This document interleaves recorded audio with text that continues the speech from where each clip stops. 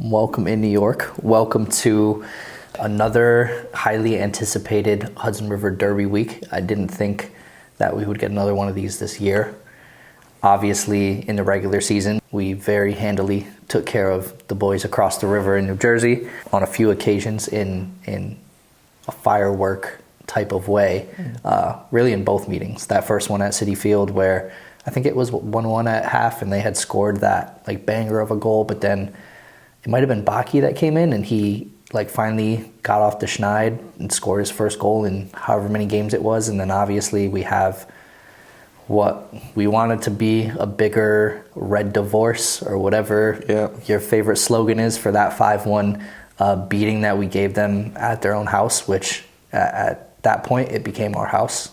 And we don't make the rules. That's just what they are. Mm-hmm. And now we, after dismantling the third seed in the Eastern Conference, now are hosting another playoff game somehow. Yeah, I mean, just going to the series of games, I personally didn't see it getting to this point. I know when we played that home game and, there's murmurs that this was what could happen, I almost didn't want people to be talking about it because I didn't want it to be jinxed. Like it's the perfect scenario. It's what you dream of. It's the best version of the Derby in the highest stakes possible. Well, I guess outside of like an Eastern Conference title would be a little bit higher stakes, but for this season, this is the highest stakes that the Derby's ever been, and we somehow managed to host a playoff game this deep into the playoffs. Like all of it, the whole entire scenario. Especially when you think, we come into the season, 9 games into it, looking like our season's over already. And you look at us now, we're the 4th favorite team to win MLS Cup total. Like all of those things combined, it's just, it screams Cinderella a little bit. But then again, we do still have to show up Saturday and we still have to win. And I mean, there are so many things that go into even just getting the field, getting Citi Field as an option to play at. I think they said that the execs at the club had to convince Citi Field not to shut down for winter early. Right. And then there's some kind of circus taking place that's not allowing us to fill full capacity, like the upper bowl of the stadium. So we're limited to 22K or whatever it is. And it's like, all these things kind of came together perfectly to create this moment. And, perfect is an interesting word to use after what was the third game against Cincy. I think that was certainly a far from perfect showing from us. Maybe the only guy that you would call perfect on the field in that game would be a Fries. He is the reason we're here. Yeah, I mean, he not only just the penalty shootout, and, we'll definitely work through that the best that we can, and as we transport our feelings back to what was happening as we kind of watched all that unfold. But even just within the 90, I want to say Fries made 4 or 5 saves, but the quality of the saves that he made were just on par with some of the best that we've seen from him this season. Yeah.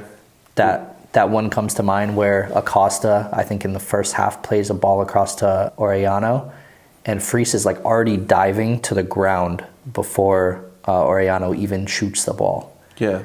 Like as if Fries is able to see what's coming, or he does see what's coming, and supremely locked knows what's coming, and he like fully commits to it, knowing that is just simply what's going to happen, and like he is going to kind of take this game by its horns and like drive it wherever the club needs it to go, and that is like what he showed up to do, and that's what he did that night. Yeah, I mean, I just said it, a level of locked in that most players on our team will not see in their lifetime. Like he was unstoppable, unbeatable. He was entirely the reason we didn't lose that game by multiple goals. Since he definitely looked to be, the more dangerous team. I need the leash that was put on Acosta was so long that it needs to be investigated. Like this dude earned like 6 or 7 yellow cards and saw 0. Yeah. Like that to me was unbelievable. But I do think that goes to, Matt Fries being so good in goal. A lot of the defensively being pretty good.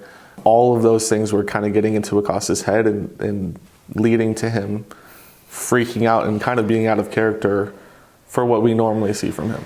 Yeah, I mean, which ultimately, I mean, he's not even going to be with the club anymore. That's what it's sounding like. And it's been a while since we've gotten on here and we've had the ability to say that, like, the club took a body in a way. And, like, Valeri. I know in the past we've nabbed a coach or two. We retired, well, not retired Valeri, but we sent him packing away from Portland. He did not get his fairy tale ending.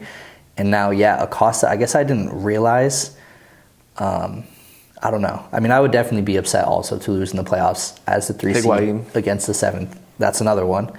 I would be upset as well, but I guess I've never really seen this side of him. And I don't really know where it came from, because I think in general, especially us, we've been like pretty praising of like the Acostas and the Mukhtars and the Hills of the league, even though they come around and they like beat our asses from time to time. Like, for the most part, they've been pretty classy across the board. But Acosta this series has just been a nightmare, like insufferable to watch.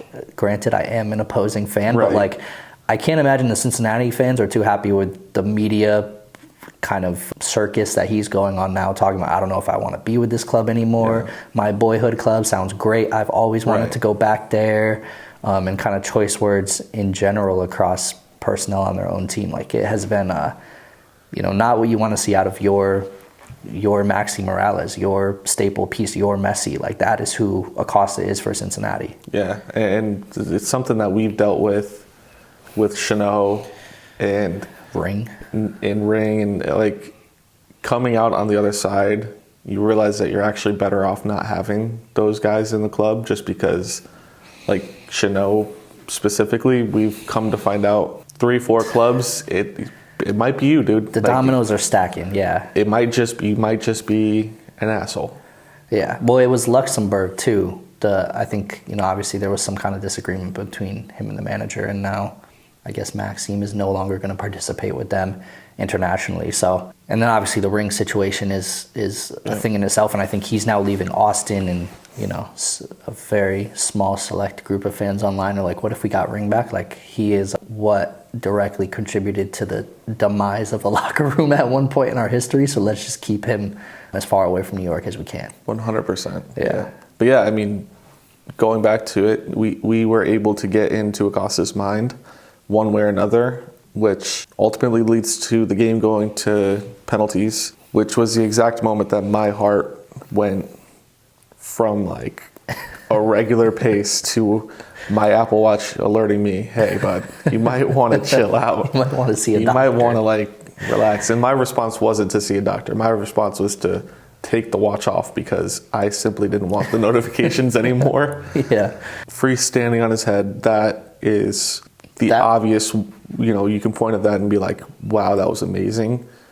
Our team's inability to close that when they had 3 or 4 opportunities to be like, okay, this kick and we win. Yeah. It worries me when we get later into what this playoff run could be, when we get into the later minutes, when we come off of essentially a bye week, a week off before a big game. Like, are these guys able to tap in mentally and actually perform the way that we've had teams in the past go ahead and go on runs? Yeah, it remains to be seen, and the best of threes are done. Like, and how many times on this podcast now over the last, what has it been, 4 or 5 years now, I think, have we talked about our form after breaks? It's like, it's notorious at this point. Not much, needs to be said about it more than just we're horrible after breaks. Like, that is truly what it comes down to. And I'm hoping, the gravity of the situation that is the Red Bulls in a playoff game. I think this is the first ever playoff Hudson River Derby. Obviously, at our home, it's going to be like a zoo. Like, honestly, the stadium is going to be a zoo. They might as well cancel the circus. That's like what I thought. The circus will be Citi Field on that 100%. day. So, it remains to be seen what happened. But yeah, that penalty shootout, Thiago had a chance to seal it. I think that was the most out of character moment that we saw in those penalties. I really wouldn't have expected him to miss a game-winning pen. I know he's obviously center back, but he does have a certain quality in all the pens that we've seen him take now, whether that's across the Leagues Cup or just pens in the past. I think this might be the first one that he had saved for us or missed. I think so, yeah. And then you have O'Toole with an opportunity to win the game as well. Another guy that, if you were to ask me to pick a player that isn't named Matt Freese from the regular 90 to kind of highlight, like O'Toole would be one of the guys that was a standout, maybe like a Sands as well. But, to have both of them miss it, and it kind of ends up resting on the shoulders of two guys that have been kind of in the lineup in spotty ways throughout the season, but they still kind of find a way to show out. I mean, we have Hack, who rockets it, and then crazy aura. Crazy. wants the Cincy fans to speak up, kind of gesturing them to get going. And then obviously Cincinnati, I can't remember, was it Robinson that missed his penalty? Or no, Robinson made it, and then Hack had a must-make penalty, or we were out of the playoffs. Yep. So to do that as kind of the role player that you are in the system, whether or not that's fair to your skill level, that is what you are, and to come in and do that, and then whoever it is on Cincy goes and kind of skies it, and we put it on Pereira's shoulder, or not Pereira, Micha. Well, Pereira was somebody sent it to the moon himself. I forgot about that one, and not to let him fly under the radar, but it did feel like the moment was getting a bit too big for some guys, which is out of character for those three specifically, O'Toole, Thiago, and Pereira, who have otherwise been staples of our lineup when they've been in Pereira's case. He is so consistent. But then it comes down to Micha, who was our star boy last game against Cincinnati. We said we just had that feeling that it was going to be his night, and he said as much, like, I always play good against Cincy, so I'm going to play good. And for whatever reason, I know a storyline before the game was that Tavon was out for personal reasons. I don't think we have closure on. Yeah, I don't think that's been elaborated on. And doesn't need to be. That's Tavon's deal. But Micha to come in and kill it himself, top right corner, and he's kind of jawing to Celentano on the walk-up, and I guess after the game he said, either Celentano or Micha said that Celentano said, just don't chip me, because he was thinking back to Santi's penalty. Yeah. And even that in itself kind of speaks a little bit to us being in his head. Yeah. We're 15 penalties deep at that point, and he's thinking about the last game where Santi chipped him in regular time. And I think Micha said something along the lines of, I won't, but I'll still score though. Oh, and then he rips that top right, and in the same vein as Hack, kind of hits the shush on the whole Cincinnati crew as Freese hoists him into the air. And the emotions at that point are, this is it already is a bit of a fairy tale at a point, and it's crazy the way that everything unfolded. To go 16 penalties. Right. And Celentano had an insane shootout in his own right. He saved two of them, and then Pereira skied his. So they fought, but the NYCFC tried their hardest to lose that game, and they wanted to be in Cabo this week. They did not want to be in freezing cold New York playing the Red Bulls. That's not the way that they saw it. They genuinely tried. Maxi was available, right? And he never saw a pen. And there was 3 or 4 chances for us to close it out where it was either saved, skied, or whatever. Cush had to be dying on the sideline. Did Cushing want to go to Cabo and then be the Arsenal women's coach? That needs to be studied. It was beyond me. I'm sitting there screaming to you as we're watching the game, where is Maxi? Yeah. Where is at what point? I can understand, wanting to hold him back and get the original pens going and see what happens and use him as an emergency. Mm-hmm. Totally understood. We had 3 or 4 emergencies and he was not used. He was in a little case that said break glass in an emergency. And that shit is still intact. He's still in that glass. He's still in the box. I don't get it. I'd love to get it, but... And apparently we had the room to have a miss or two because we have a man like Freese on our team. But that's a massive decision from Cushing to make. Crazy. Ultimately, everything works out. I don't know, based on Maxi's kind of checkered past as a penalty taker, whether or not if we had lost that game, if people would have been calling for us to have Maxi, and if that would have been like a mistake that we looked at. I think we probably would have looked at it, like you said, the first 5, we're cool with him not being in there, but just the leadership role that Maxi holds in the team to not be involved when we had to take, it would have been 8 pens or 9 pens, is crazy. No, it's absolutely insane. Like, although if he went out there, the most senior guy, I don't know if it's like Kush, because he kind of embodies that meme where it's like thinking outside of the box, using 100% of your brain. Like he really thinks he's that, and so I almost think that maybe Cushing was looking at it like, yeah, I need to get these younger guys some experience in this. It could be because Maxi's been there, done that, and Illinick hasn't. Perea, maybe for us has, but hasn't largely with the similar stakes. Maybe that was the play. I personally think you put him in the first chance we have to kill it. You put him in there, let Maxi kill it, and let him lead that locker room to a victory. So every single word that he says, all of the work that he displays, all of that is proven and put on a pedestal. And I wonder if Maxi had any say in it. Like, could he have elected? I guess you would never do that as a player, right? Like, Maxi's not like, I don't want to be a part of this. No. I mean, unless he was like... or let so-and-so go ahead of me or something. Unless he told Kush, like, my legs are dead. It could, that could have very well happened. And I will be the last person before we get to Matt Freese taking a penalty. I'll be the last person to go. I wish we got there. Oh, I wish. Yeah. I mean, but if we won, hindsight 2020, I think in the moment, it's likely one of us could have died due to heart failure 100%. Or something. I've been there, done that. David De Gea, for the Europa League championship, skied his penalty. I'd never want to live that again, ever in my life. So no. We're better off not seen that. Yeah, but it's an interesting storyline for sure. And even how different this penalty shootout was versus the one in the Leagues Cup against Columbus, where we saw somebody like Jovan kill the ball. And like, you couldn't have had a more perfect penalty.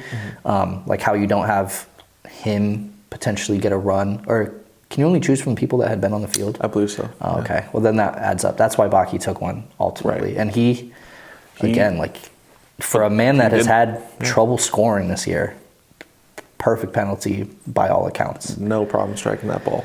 So, I mean, that was a Cincy game. Like we said, the penalty shootout in itself was, obviously the important part of the game, but not much else to write home about from the 90. I guess when we look back at this best of 3 series, like, what do you think, aside from that, which we just talked about, will be the standout moment or standout players that, we'll kind of think of in the future? Pretty much anyone that performed in Game 2 that led us to a home victory, that, gave us the confidence to at least hold on to a 0-0 for 90 minutes, at Cincy, allow us to make it through a penalty shootout, even though, truly backs against the wall multiple times in that, we go to just the feeling of this team needs, like we've said before, this team needs to be in a situation where their back's against the wall to be their best. That's when they fight the best.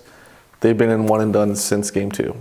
And so anybody who performed in Game 2, like a Santi, Illinick, who showed up again in Game 3, those guys are the reason we're here.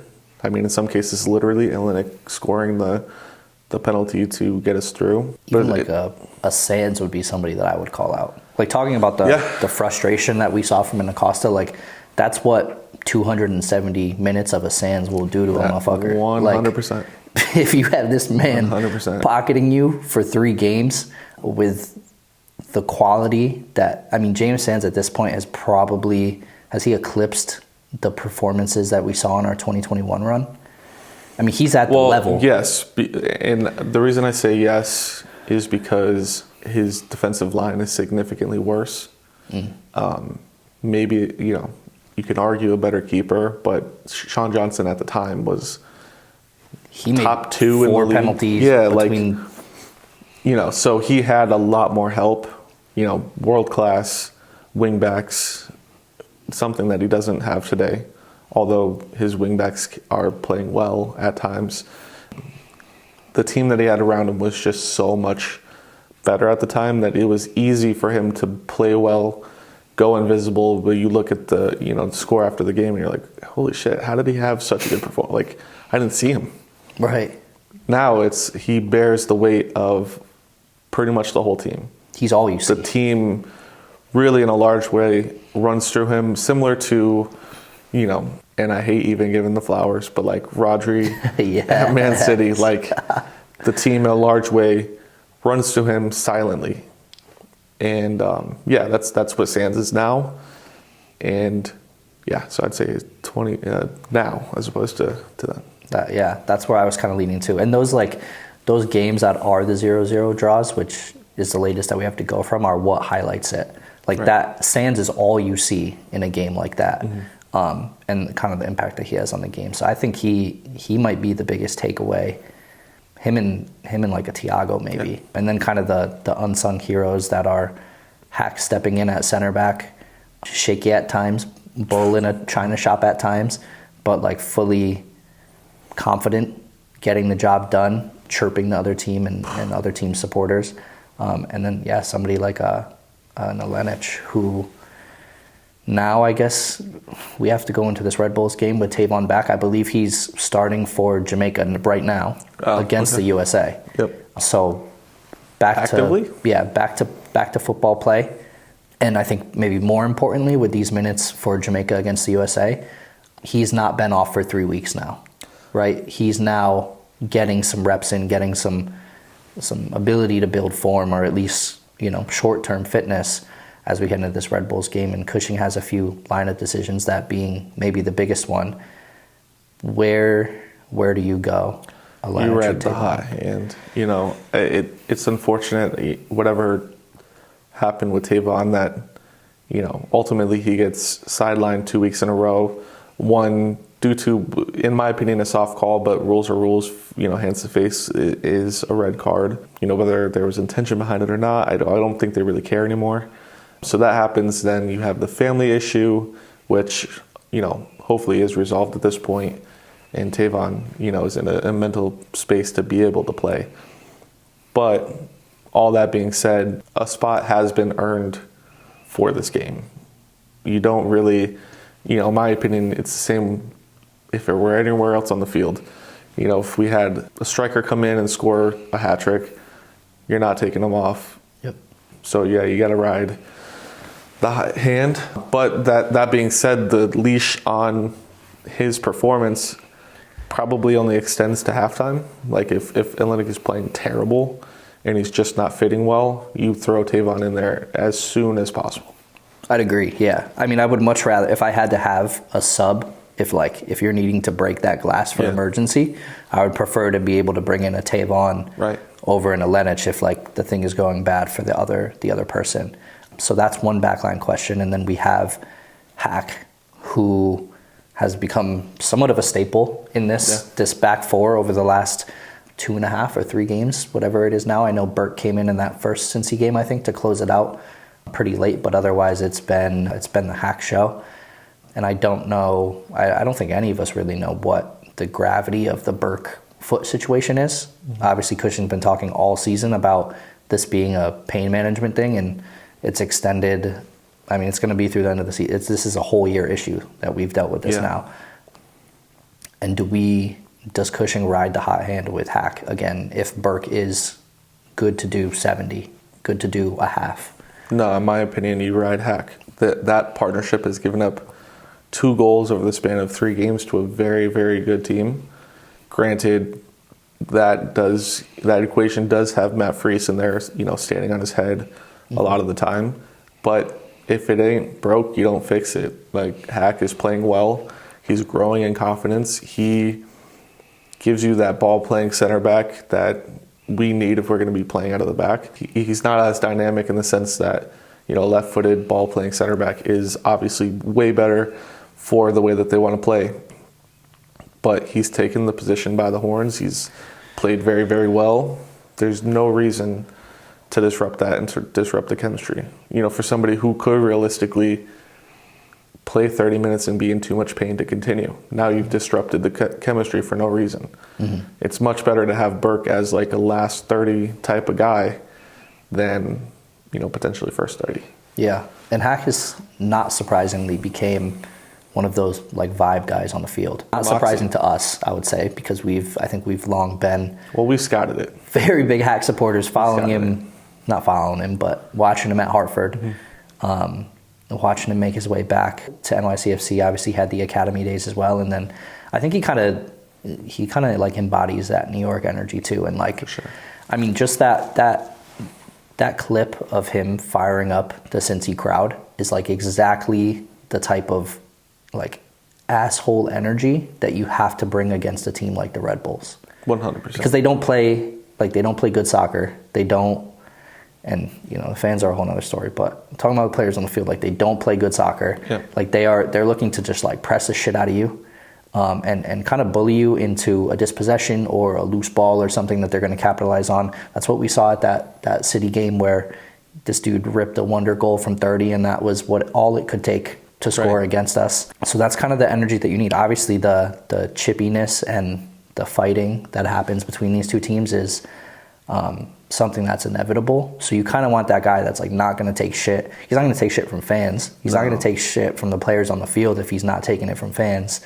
And you kind of, especially in that position in the back line, is something that you need. Like, he needs to be putting a shoulder on every Red Bulls player that is within his orbit, within his arm's reach at all given times. Manzier is going to be disrupted mentally. I hope, to say the least. He needs to be. That is a part of, that's a part of our win condition. Kind of disrupting them as a whole, and it feels like that's kind of what we've done successfully in these playoffs. Is we've found a way to kind of mentally disrupt our opponents. Do you think, obviously we're going into it. It's a home game, so we're the higher seed. Do you think mentally they're going into it? Thinking that they're the lower seed, we had the upper hand on them all regular season.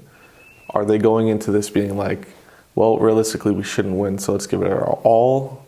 Or do you think they're genuinely like delusional enough, I guess, to believe that they're going into it as, having an upper hand at all?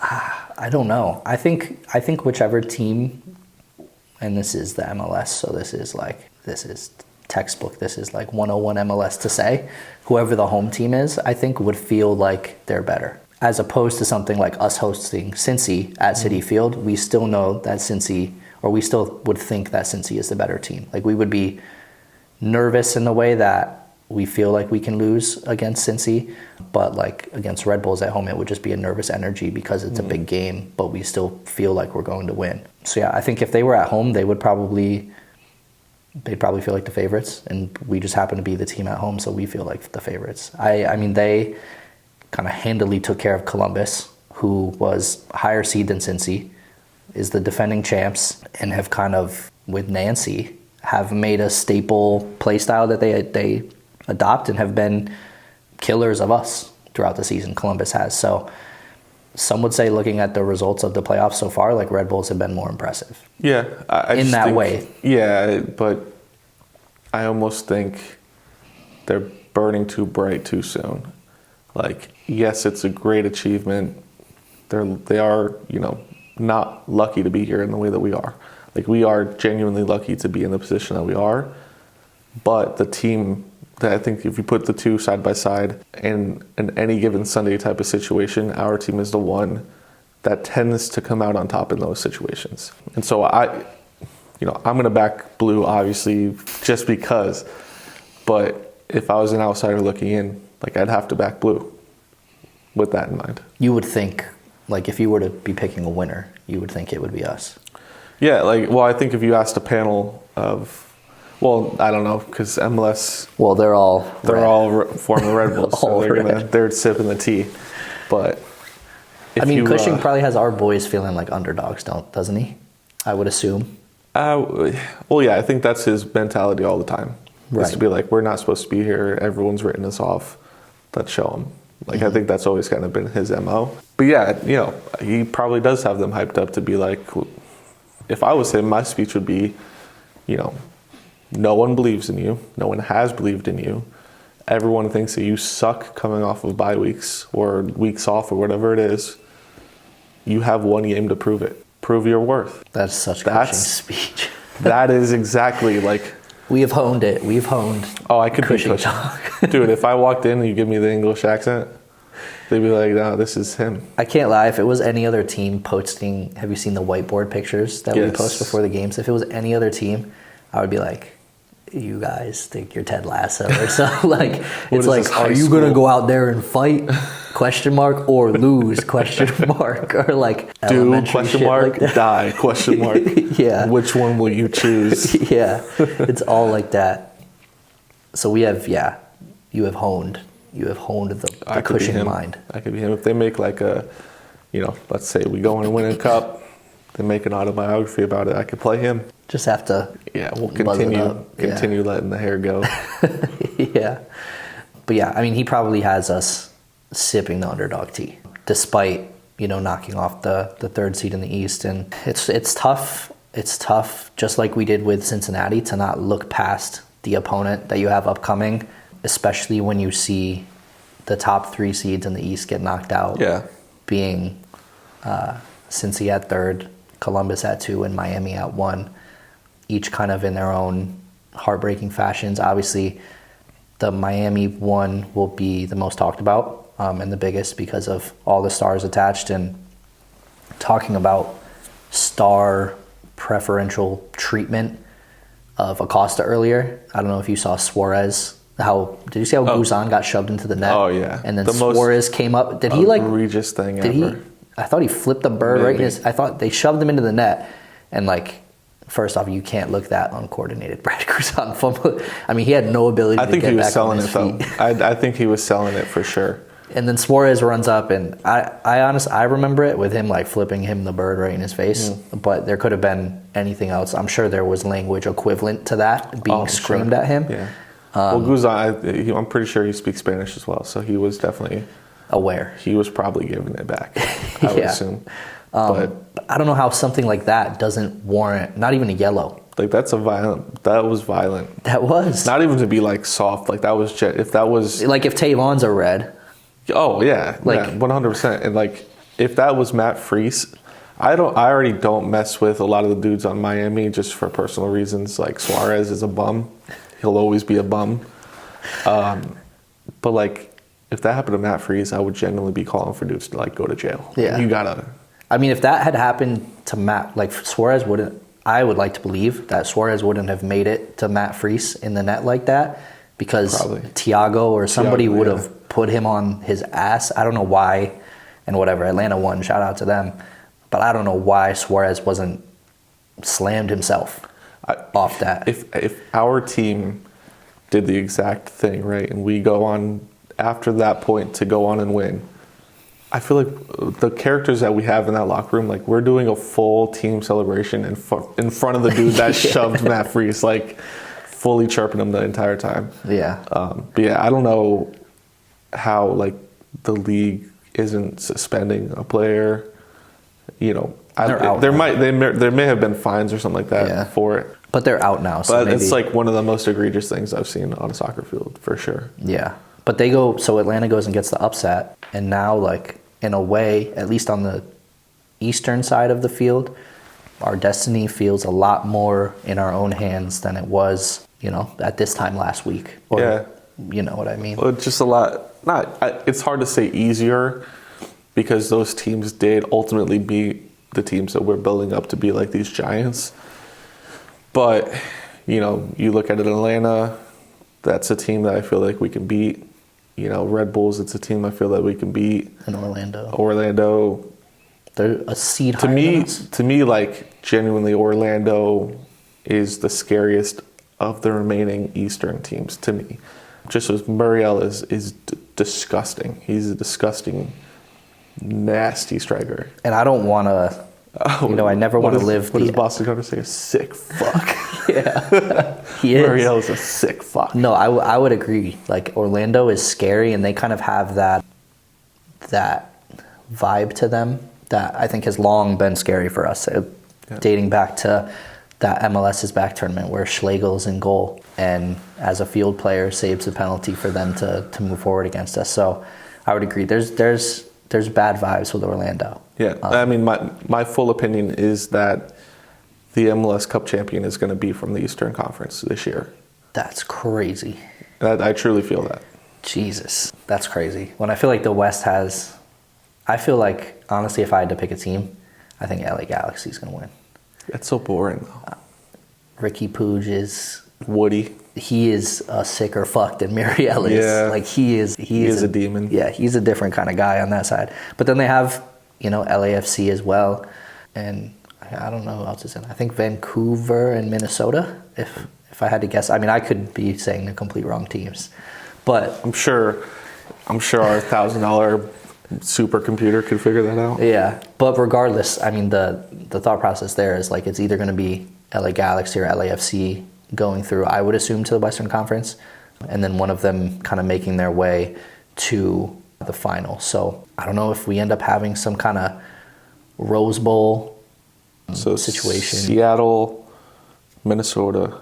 Was Minnesota. LA, both LAs. Yeah. Okay, so Seattle instead of Vancouver. Because Vancouver... No, let me stop saying stuff that I'm not sure of. Because I was going to say, is Stefan their goalkeeper? No, he's... Real Salt Lake? somewhere. That I believe. Well, he was in the playoffs. And, like, first off, the contrast between him and Freese, like, I am about fed up with Freese not getting men's national team call-ups. And we've been preaching this since week 1 Charlotte when he saved a penalty. And I want to say he had 7 to 8 saves in that game away. Like when we came on this show, first episode, and I want to be honest with you, I think we were the first people to ever throw that hat into the ring. Yeah. And like, it's not really credit to be taken because this is something that's inevitable. It should be inevitable based on what we've seen from him this season. But I don't know. I don't know. I'll put my flag in the ground here. Like Matt Freese is better in every way than Matt Turner. And Zach Steffen. Yeah. And probably Horvath, too. Yes, but there is, what's his name? And Sean Johnson. Is it the Columbus keeper? He was on the short list for the goalkeeper of the year. So Kalina from Charlotte. So Kalina, is he? No, he's not a U.S. national. No, he's Eastern European, I believe. But I can't remember the other guy's name. But I felt like he may be, Patrick Scholl, I think the Columbus keeper, he may be the only guy where we're having a conversation between Freese and him, but none of these other guys are in the conversation to me. To me, they're not to pull this conversation way, far as we do, far from the point we're trying to get to, but the lack of respect for MLS keepers by the national team is ultimately, I think, what costs us a lot of the time. How about MLS players?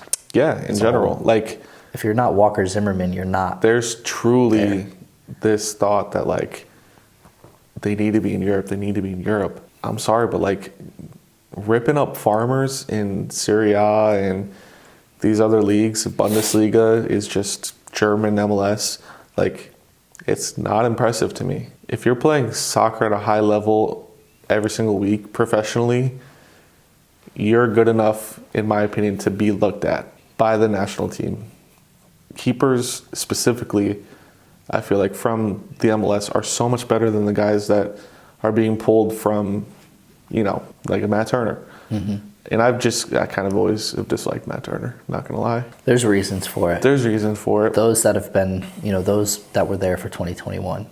The away game. Yeah, I mean, not only that, but the season that was 2021, where many would say that we kind of planted the flag for him to get the call, among other teams that he made a ton of saves against. Yeah. But, like, we had the Tati, who is famous for taking 20 shots a game and scoring 2 of them or 3 of them, and it looks amazing in the box score.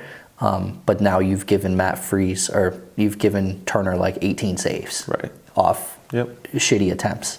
And that gets you, a full ride over to the Prem when you're an MLS keeper. So, yeah. All that to say, I have no clue what our point was.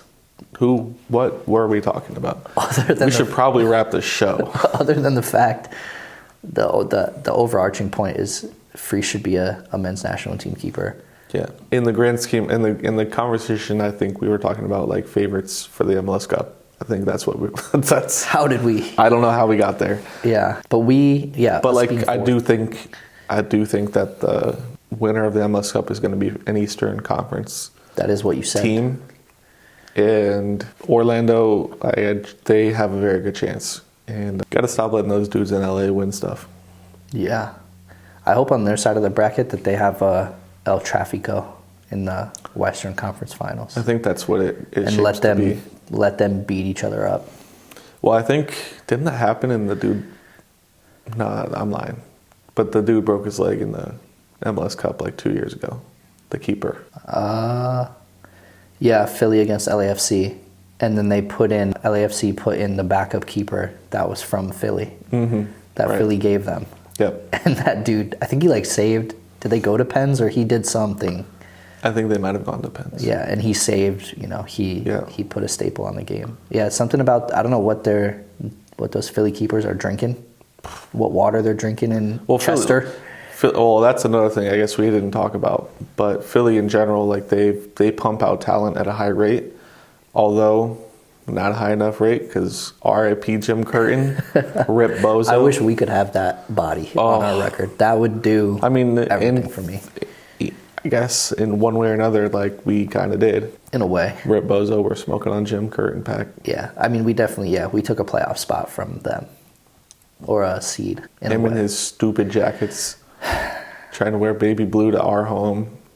Yeah, let him get involved with the men's national team, I think, and he can right his reputation with a lot of the fan bases, including ours, that he's kind of scorned through the years of just like shithousery and press conferences for Philly. Yeah. So happy that era's over, and I don't know what they're gonna do now. Like Philly may be dead. That's the thing is I truly, I know it's a rivalry. I truly, from the bottom of my heart, I hope the next coach is worse. Yeah, of course. I hope he destroys. Of course. All of the infrastructure that Jim Curtin built. Of course. I hope it turns out to be the worst decision your club has ever made. Truly. Yeah. With love and respect. Yeah. Not too many bad vibes because we need the good vibes only for this. Facts. Yeah, I don't want to put any karma on the wrong side of the scale for us. Facts. Yeah. We love you, Jim Curtin. No, I can't even lie about that. You kind of got to edit that. I would bleep that. It actually, that can actually be used against us. So that's the state of NYCFC, the state of the league as we see it. The playoffs, the Red Bulls matchup, despite I think the confidence and bravado that we're going into it with is scary to a degree. Yeah. Because a lot of times soccer is thrown out the window in those games, and whoever shows up with more fire is typically who leaves with the W. So I like our chances after fighting to the death against Cincinnati. We'll be there, and I will go on record and say we'll probably die if we go to penalty kicks. Like they will be stretching two bodies out of the press box if you happen to pass by after 90 or after the penalties, if it so comes to that, and it will be us. In person is all of different. the rules that have been built around the media and everything like that. To me personally, goes out the window the minute. It's a home derby playoff game. We may have to ask, like, hey, don't take our stuff can away we get a slide? And we won't be the only ones with this issue. It still gets pretty rowdy. It's still a good vibe in there. It could, because people who maybe don't show up all the time didn't get the email. But these are the type of games that ruin it, because a lot of the bozos from over the river are going to be in the box. Like, I had a bad experience because my team lost and I had a bad time. Yeah, someone from the club's going to get an email likely that, My advice to that person. We were smiling after a goal. My advice to that person is you got a job in the sport that you love, doing what you love. Don't make it more corporate than it has to be. Yeah, have fun. Like, you have a fun job. What was it, Charlotte? Do fun job shit. It was somebody. I can't remember which. I can't remember which team it was. But yeah, That's like fun is working from outlawed. home and putting on a suit and tie. Yeah. Also, Don't be that guy. we can't wear NYCFC hats.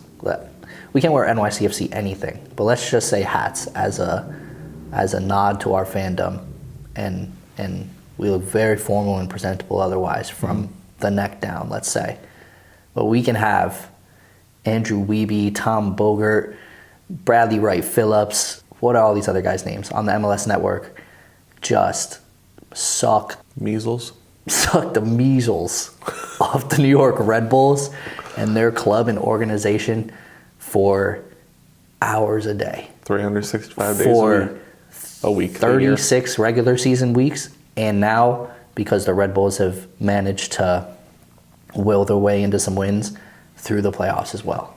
So you already know the coverage. For those of I'm you, happy I'm not going to be listening Yeah. to it because I'm assuming it's going to be. For those of you that can't make it to Citi Field, definitely hit the option on your Apple TV to switch over to Glenn, because I don't even want to begin to imagine who they're going to have calling that game. They should honestly have Joe. No question. They should have like Joe and then a Red Bulls dude.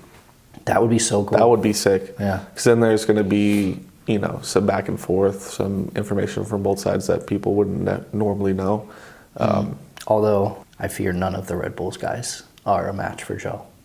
No. Like, BWP isn't really bringing the level of conversation that Joe does or analysis. Neither, I guess maybe Question is closer, but then who's the other British guy? Sam Lloyd. Sam Lloyd. He's decent. No, he's pretty.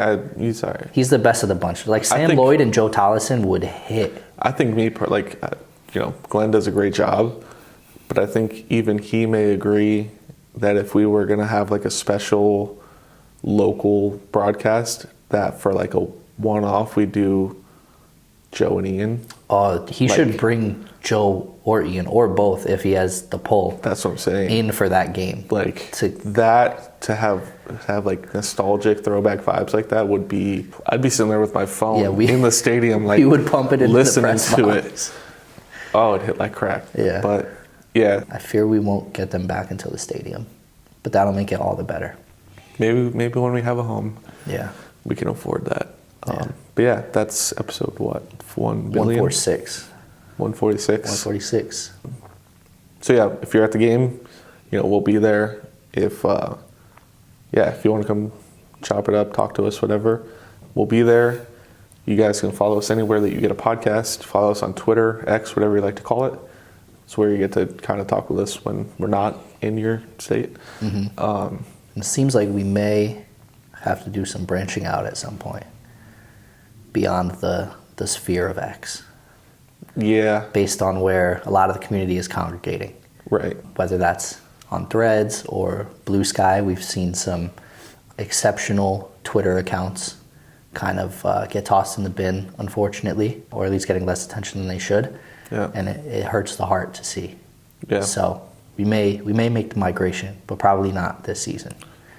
Yeah, we'll see how it all turns out. I mean, check the last time we made an Instagram post. Like X has long, or Twitter has long been the social media of choice. Right, where we kind of, that's because it's the most accessible to everybody. It's kind of where everyone's always been. Yeah. And it's where we're able to talk to the most people. So it seems I think typically that's what's going to lead whatever decision we end up making. That's going to be the leading factor. Maybe we just have to set up like an automated thing.